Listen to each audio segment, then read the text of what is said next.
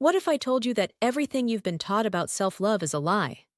We've been sold this idea that a bubble bath or a spa day is the cure for burnout. But let's be real. If you are constantly stressed, running on empty, and feel like you're one inconvenience away from completely snapping, a bath bomb isn't going to fix it. The truth is, that version of self-love is a quick fix fantasy. It's a treat you're told to earn after you've completely destroyed yourself. Real self-love is the opposite. It's not a reward. It's your first line of defense. It's a set of simple, daily, science-backed habits that build an unshakable foundation of inner peace. And in this video, I'm giving you the 5 most powerful ones that will fundamentally change how you handle stress. We're not talking about band-aids here. We're talking about building a deep, resilient foundation of inner calm. Think of it like building a house. You don't start with the decorative pillows. You start with the foundation.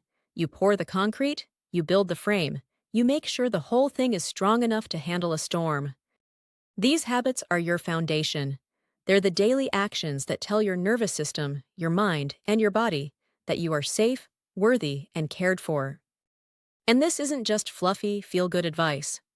Research has shown time and again that self-compassion is critical for our resilience. It's directly linked to lower levels of stress, anxiety, and depression. So, this is about rewiring your brain and body to handle the pressures of modern life. By the end of this video, you'll have 5 practical tools you can start using today. Let's get into it. First up, learning to practice self-compassionate dialogue. This just means actively changing the way you talk to yourself inside your own head. These 5 habits will become your toolkit for lasting calm. For so many of us, our inner critic has the loudest microphone. It's that voice that's always on, saying, "You're not good enough. You messed that up again," or "Why can't you just get it together?" Sound familiar? Imagine having a sports coach who only ever screamed at you for every single mistake. You'd become a nervous wreck, unable to perform. That's what many of us do to ourselves all day long. And the science totally backs this up. The practice of self-compassion, pioneered by researcher Dr. Kristen Neff, is built on 3 ideas. Treat yourself with kindness. Recognize that being imperfect is part of being human, and hold your painful thoughts with a sense of balance. Studies show that practicing self-compassion can lower psychological distress and even reduce cortisol, our primary stress hormone. It's like firing that horrible coach and hiring one that says, "Okay, that was tough. Let's see what we learned." So, how do you actually do this? The first step is just awareness. Start noticing your self-talk without judging it. When you catch that inner critic starting its rant, just pause. The next step is to consciously reframe the thought. Don't fight it. Instead, respond to it with the kindness you'd offer a friend. So, if you make a mistake at work and your brain screams, "I'm such an idiot," just pause. Then reframe it. You could say, "That was tough, and I did my best. It's okay to make mistakes, everyone does. What can I learn from this?" This isn't about letting yourself off the hook. It's about swapping harsh criticism for gentle encouragement. Habit number 2 is one of the hardest, but most powerful acts of self-love. Setting and honoring your boundaries. A boundary is just a limit you set to protect your own well-being, your time, your energy, your emotions. Think of your personal energy like a bank account. Every time you say yes to something that drains you, you're making a withdrawal. If you're only ever making withdrawals and never making deposits for yourself, you're going to end up emotionally bankrupt. Learning to say no isn't selfish. It's a radical act of self-respect. It's you finally acknowledging that your energy is a finite, precious resource. When you constantly say yes to things that drain you, you're sending a message to yourself that your own needs don't matter. Research shows that people who can set healthy boundaries have much better protection against burnout and mental health struggles. It's about taking ownership of your well-being. So, where do you start? Begin small. Pick one area in your life where you feel constantly drained. Maybe it's that coworker who always asks for last-minute help, or a weekly social thing you absolutely dread. Your mission is to practice saying a polite but firm no. You don't need a 5-page excuse. A simple, "Thanks for thinking of me, but I can't make it," or "I don't have the capacity for that right now," is perfect. It's going to feel uncomfortable at first. You might feel guilty. That's totally normal. But every time you honor a boundary, you cast a vote for your own self-worth. You teach others how to treat you, and more importantly, you teach yourself that you are worthy of protection. Habit 3 is the 5-minute mindful reset. This is all about intentionally hitting the pause button on the chaos and reconnecting with yourself. Stress loves it when we're on autopilot, rushing from one thing to the next, mind racing, completely disconnected from our bodies. In that state, our fight or flight response is running the show.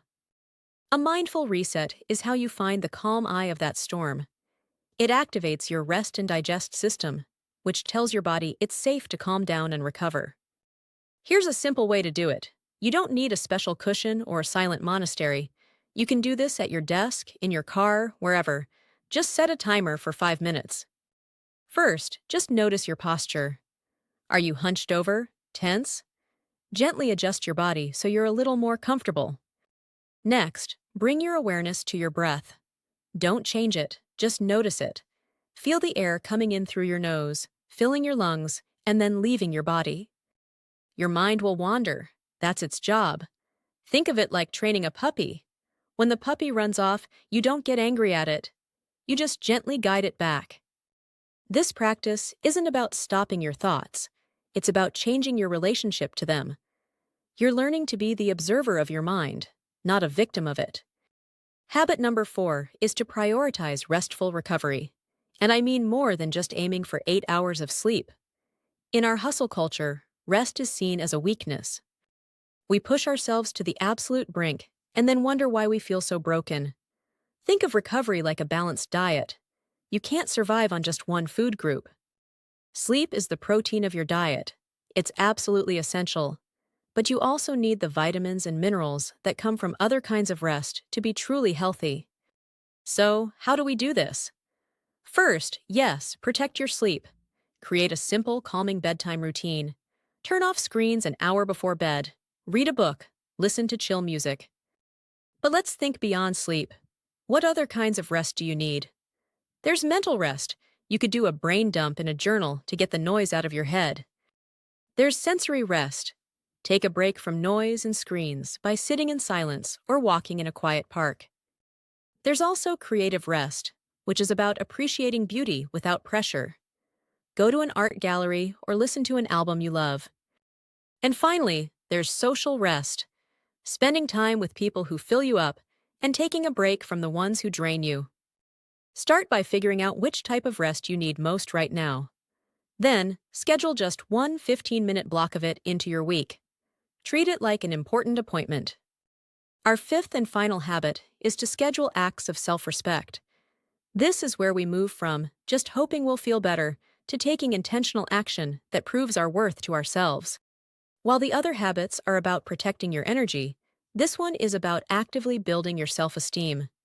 Think of this like building a resume for your own self-worth.